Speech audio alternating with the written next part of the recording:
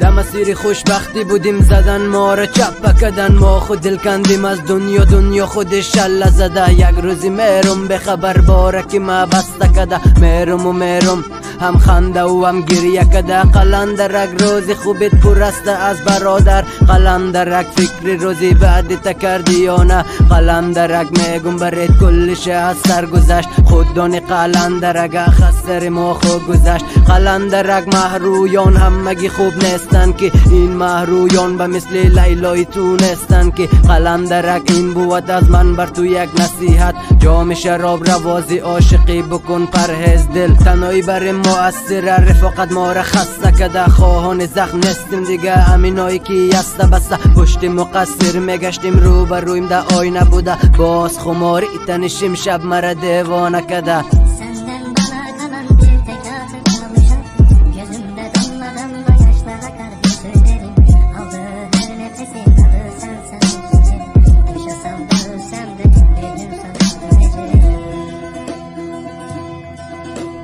زمان تغییر کده، از دل و از جان زدیم، با محبت خارگل نشد مولانای ساده دل. زمان تغییر کده، کجای دنیای تو؟ در آغوش غم بزرگ شدیم، فکر میکنی خام هستین؟ لذت لبخند تو را کجا بیافم من؟ نه ریش سفید تو را کجا سیاه کنم پدر؟ در فهمیدیم کودکی را باید میکردیم قدر، فلک فرصت نداده گش بال پرستوی مزدک. پاهای تب و بستو من باز کمه به خاطر گریه های شب. بخشش نه بهش زیر پایید باشه، باز کمه به خاطر نوما خستگی. بخشش نه به خاطر سرکشی هایم. بخشش پدر، کوه ایوریست به شانه های تو کم یاره پدر، به خاطر سرکشی هایم. بخشش پدر، کوه ایوریست به شانه های تو کم یاره پدر.